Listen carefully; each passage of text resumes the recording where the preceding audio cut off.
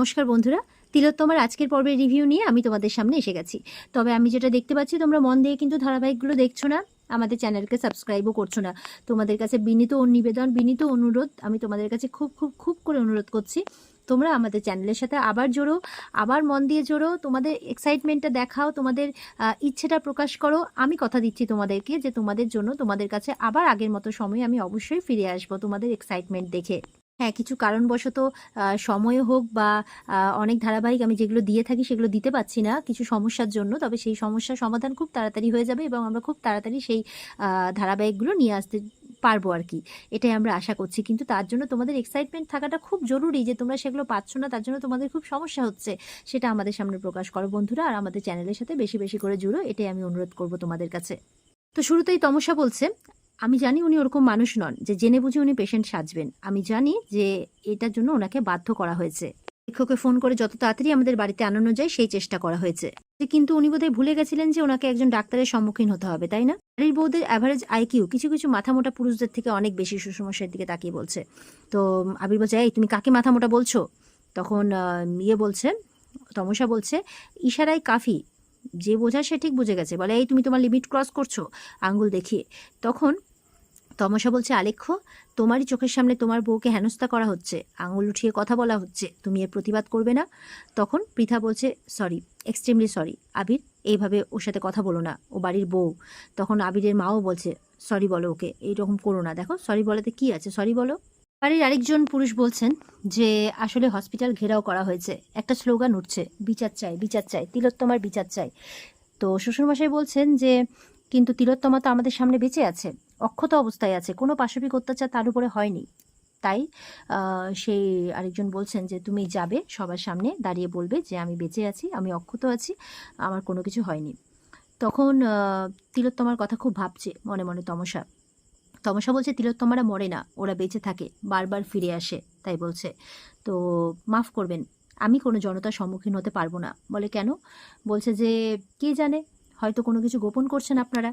বলছে, হয়তো কাউকে মারা হয়েছে, কাউকে জ্বালিয়ে দেওয়া হয়েছে, কারোর সাথে পাশবিক অত্যাচার হয়েছে। এখানে তো আপনারা এতজন মহিলা দাঁড়িয়ে আছেন, আপনাদের তো উচিত প্রতিবাদ করা, তা না করে আপনারা। পৃথা বলছে, স্টপ ইট, উনি তোমাকে একটা প্রস্তাব দিয়েছেন আর তুমি যাবে সেখানে, তুমি তো ওখানকার মালকিন, আলেখ্যর সাথে তো তুমি ওখানকার মালকিন, তাহলে তুমি কেন যাবে না? তমসা বলছে, মাফ করবেন, প্রচুর কাটমানি নেওয়া, পেশেন্ট পার্টির টাকা চুষে নেওয়া, প্রচুর মানে ইলিগাল কাজ হওয়া, এরকম একটা নার্সিংহোমের মালকিন আমি হতে পারবো না। তমসার কথা শুনতে সবাই অবাক হচ্ছে। বলছে, সরি আলেখ্য, এই প্রস্তাব আমি প্রত্যাখ্যান করলাম। এরপর তমসা যখন চলে যাচ্ছে, কাকি শাশুড়ি বলছে যে তোমার খুব সাহস, মানে খুব বুদ্ধিমতী মেয়ে তুমি, কিন্তু কিছু একটা গোপন করছো। বলছে, গোপনীয়তা তো এই পরিবারের মধ্যে আছে। একটু আগেই যে ফোন কলটা এলো, সেই যেই কথোপকথনগুলো হলো, সেই ব্যাপারে না আমার শ্বশুরমশাই কোনো কথা বললেন, না আমার খুদ শ্বশুরমশাই কোনো কথা বললেন, না মানে ঠাকুর কথা বললেন। আরেকটি মেয়ে বলছে, তুমি কিন্তু এবারে সিনিয়রদের অপমান করছো, এটা কিন্তু এবারে শিক্ষা নয়। তমসা বলছে, তাহলে কি শিক্ষা? গোপন করা? সৎসাহস থাকলে বলুন ফোনটাতে কি কথাবার্তা হলো, কার ফোন? বলছে, দ্যাটস না, মানে এটা তোমার বিজনেস নয়, তাই মানে এটা তোমার কাজ নয়, শোনার কাজ। বলে, ঠিক আছে, এই পরিবারে আমার জায়গা, আমার অধিকার কতটা, এটা আপনারা আমাকে বুঝিয়ে দিলেন। সৎসাহস থাকলে এটা বলুন যে হসপিটালে আরেকটা লাশ এসেছে, বডি এসেছে, আর তাকে খুন করা হয়েছে, আর সেই ডাক্তার মহিলা, তার উপরে পাশবিক অত্যাচার করা হয়েছে, এসব কথা বলুন, পশুর মতো অত্যাচার করা হয়েছে। এই বলে তমসা চলে যাচ্ছে, আর তমসার কথাতে কেউ আর পেরে ওঠে না তমসার সাথে। যখন তমসা আবার চলে যাচ্ছে, পৃথা বলছে, দাঁড়াও, কাল তুমি সিনেমা দেখতে গেছিলে? বলে, হ্যাঁ গেছিলাম। আপনার ছেলে আলেখ্যকে জিজ্ঞাসা করে নিন, মানে বাড়ির ছেলে। তো তমসা চলে যায়। এবার আলেখ্যকে জিজ্ঞাসা করছে ওর বাবা, কি রে, সিনেমা দেখতে গেছিলো? বলে, হ্যাঁ। বলে, সেখানে অদ্ভুত কিছু ঘটেছিল? বলে, না ঘটেনি, হোয়াট এভার, আমার খুব টায়ার্ড লাগছে, এই বলে চলে যাচ্ছে। তখন মনে মনে বলছে যে অদ্ভুত ঘটনা তো ঘটেছিল, ও তো অনেকটা পেছনে বসেছিল। তখন বলছে, একটা অদ্ভুত ঘটনা ঘটেছিল। তো বাড়ির লোক জিজ্ঞাসা করছে, কি? বলে, না কিছু না, এই বলে ওপরে চলে যায়। তো তখন খুদ শাশুড়ি মা বলছেন যে একটা অবাক করা কাণ্ড, তিলোত্তমা জানলো কি করে যে নার্সিংহোমে একটা লাশ এসেছে, আর তাও আবার সেটা খুন হয়েছে? সবাই বেশ অবাক হয় ব্যাপারটা ভেবে। আলেখ্য কিন্তু এবার ঘরে এসে ফোনে কথা বলছে, ফোন করেছে ঈশাকে, ফোন করে বলছে, আচ্ছা আপনি যখন জানতেন যে টিকিটটা আলাদা কাটা হবে, মানে আলাদা হয়ে গেছে, তাহলে টিকিট কাটলেন কেন যখন টিকিট পাওয়া যাচ্ছিল না? বলে, না মানে সবাই মিলে একসঙ্গে আসলে যাওয়ার জন্য খুব মন চেয়েছিল তো সবাই, সেই জন্যই আর কি। তো বলছে যে তমসা কি সত্যি পেছনে বসছিল? বলে, হ্যাঁ। তো আমি যখন পপকর্নটা দিতে গেছিলাম তখন আপনি আমাকে আটকালেন কেন? আর আপনি যখন পপকর্নটা দিতে গেছিলেন এত সময় কেন লাগালেন? ও তো আমার পেছনেই বসছিল, তাহলে এত সময় কেন লাগলো? বলে ও আটকে আটকে যাচ্ছে, ঈশা ভয় পেয়ে গেছে। বলছে না না আসলে ওই একটু গল্প করছিলাম, একটু দাঁড়িয়ে খাচ্ছিলাম আর কি। বলে তাই? আমি কিন্তু পেছনে তাকিয়ে দেখেছিলাম, যখন পর্দার আলোটা ওখানে পড়েছিল তমসার সিটে, তমসা কিন্তু ছিল না। তো বলছে না না ওয়াশরুমে গেছিলো হয়তো। বলে হতেই পারে, কিন্তু আমার কিন্তু ব্যাপারটা ঠিক লাগছে না। তো তখনই একটা আওয়াজ পাই আর ফোনটা দেখে যে পেছনে ওর মা, মানে অঞ্জলি, আম, সবাই, জিন্দা, সবাই চলে এসেছে ওখানে। সবাই দাঁড়িয়ে ওর কথাগুলি শুনছিল, শুনে অবাক হয়েছে। তো ফোনটা রেখে দেয় ফট করে। বলে তোমরা এখানে এরকমভাবে নক না করে ঘরে চলে আসাটা ঠিক নয়। তো বলছে যে সরি, সরি বলতে এসেছিলাম, ওর মা বলছে। তো এসে এইসব কথা আর কি, মানে তার জন্য একটু ছলনার আশ্রয় নিয়েছিলাম, কিন্তু তার জন্য আবার এতগুলো কথাও শুনতে পেলাম। কি হয়েছে বাবা, কি হয়েছে, বল না বল না, কি হয়েছে? তো বলছে না কিছু না, আমার খুব খিদে পেয়েছে, আমি ওয়াশরুমে যাচ্ছি, আমি ফ্রেশ হয়ে খেতে আসবো, ব্রেকফাস্ট করা হয়নি। তো বলছে যে, এরপর অঞ্জলি কিছু বলতে এলে ওর মা বলছে থাক, এখন কিছু জিজ্ঞাসা করিস না, ব্রেকফাস্ট করবে, চল চলে আয়, তাই বলছে। এই বলে যাচ্ছে, তখনই তমসা ঢুকছে। তমসাকে বলছে যে আচ্ছা তোমরা সিনেমা হলে একসাথে বসনি পাশাপাশি? মানে যেভাবে বিয়ের পর মেয়েরা স্বামীদের সাথে বসে কোয়ালিটি টাইম স্পেন্ড করে, তোমরা করনি? তো বলছে আপনাকে কে বললো?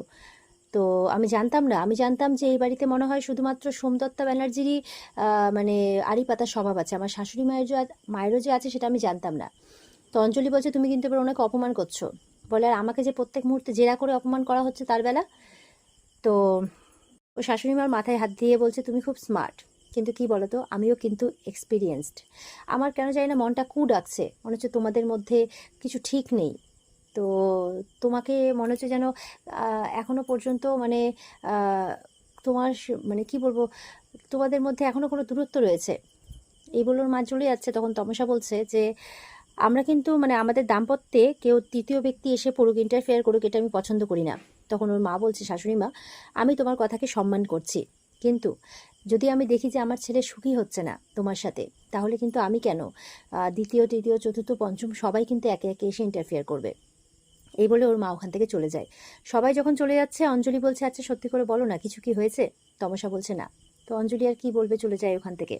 এরপর তমসা আলেখ্যর কাছে এসে বলছে আমাদের বিয়ের রাতে, মানে 2.5 কোটি টাকাটার কথা ভাবছে যে আলেখ্যর আলমারিতে রাখা হয়েছে। তো বলছে যে আমাদের বিয়ের রাতে না একজন ডাক্তার খুন হয়েছে, তারপরে পাশবিক অত্যাচার করা হয়েছে, 4জন পশু তার শরীরের উপর।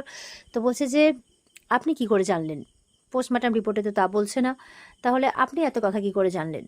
তো মনে মনে বলছে তমসা আমি আরও অনেক কিছু জানি আলেখ্য ব্যানার্জি, তবে সময় আসলে এর খুলাসা অবশ্যই করব জনসমক্ষে। আপনাদের বাড়ির সবাইকে, এমনকি আপনাকেও আমি কোর্টে নিয়ে যাব টানতে টানতে, তাই বলছে। তো বলছে যে বলছে এবার আলেখ্য আপনি একটু বাইরে যান, আমি চেঞ্জ করব। তো বলছে বাইরে গেলে সবাই সন্দেহ করবে। বলে সবাই না, আমি সন্দেহ করছি আপনাকে। তো বলছে কি বলছেন আপনি? বলে হ্যাঁ, আমার সন্দেহ হচ্ছে। তো বলছে আপনার কোনো সমস্যা থাকলে আপনি মিটিয়ে নিতে পারেন, আলেখ্য বলছে, কিন্তু এই মুহূর্তে আমাদের একসাথে থাকা সম্ভব নয়। তমসা বলছে বেশি দিন একসাথে থাকতেও হবে না, এরপরে আপনি আপনার মতো, আমি আমার মতো। বলে মানে? বলে সব বুঝতে পারবেন। এই বলে তমসা বাইরে যায়, বাইরে গিয়ে অপেক্ষা করে। পরে আলেখ্য যখন আলমারিটা খোলে দেখছে ব্যাগটা নেই। বলছে কি ব্যাগটা কোথায় গেল? 2.5 কোটি টাকা ভরা ব্যাগটা তো এখানেই ছিল, তাহলে কোথায় গেল? ওদিকে প্রকাশ মানে প্রতাপ ওই সেই খগেন অফিসারের সাথে কথা বলছে। তো খগেন অফিসার বলছে কালকে অমুক টাইমে খুনটা হয়েছে। তো প্রতাপ বলছে তখন তো তিলোত্তমা সিনেমা দেখতে গেছিলো। বলে হ্যাঁ, তো এখানে তিলোত্তমা আসছে কোথা থেকে? বলে না কিছু না। তো বলছে যে কিন্তু ওখানে অনেক আই উইটনেস ছিল, কিন্তু কেউ বলতে চাইছে না, সবাই আড়াল করছে।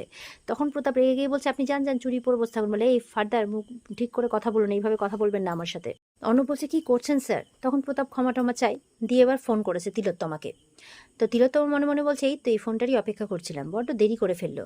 তো বলছে যে আচ্ছা আপনি ডিউটিতে আসছেন না, ওটি করছেন না, পেশেন্ট দেখছেন না? বলে সেই কৈফিয়ত তো আমি আপনাকে দেবো না।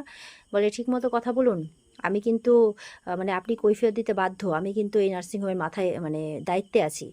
তিলোত্তমা বলছে আমি এই নার্সিংহোমের মাথায় আছি, ভুলে যাবেন না, 2-3টে সই করলেই কিন্তু আমি মালকিন হয়ে যাব, আলেখ্যর ওয়াইফ আমি। তো বলছে ও তাই নাকি, তাহলে আপনিও কাটমানি? অর্ণব বলছে কী করছেন স্যার? প্রতাপ চুপ করে যায়। তিলোত্তমা বলছে কি ব্যাপার, চুপ করলেন কেন? কাটমানি বলুন না।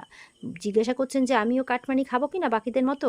আপনাদের হসপিটালে যে মানে পেশেন্টদের সাথে মানে যে মাফিয়াগিরি শুরু করেছেন আপনারা, তো তার পার্ট আমি হব কি না? তাই তো কথাবার্তা শুনে তো প্রতাপ অবাক হচ্ছে। আর এখানেই কিন্তু আজকের পর্ব শেষ হয়ে যায়। তো এই ছিল আজকের পর্বের রিভিউ। আশা করি ভালো লেগেছে। ভালো লেগে থাকলে পর্বকে লাইক কমেন্ট করে জানাবে আর আমাদের সাথে জুড়ে থাকতে চ্যানেলকে সাবস্ক্রাইব করবে। দেখা হচ্ছে তোমাদের সাথে আগামীকালকে। সবাই খুব ভালো থাকবে। আজকের মতো পর্বের রিভিউ এই পর্যন্তই। বিস্তারিত দেখতে অবশ্যই স্টার জলসার পর্দায় চোখ রাখবে। টাটা।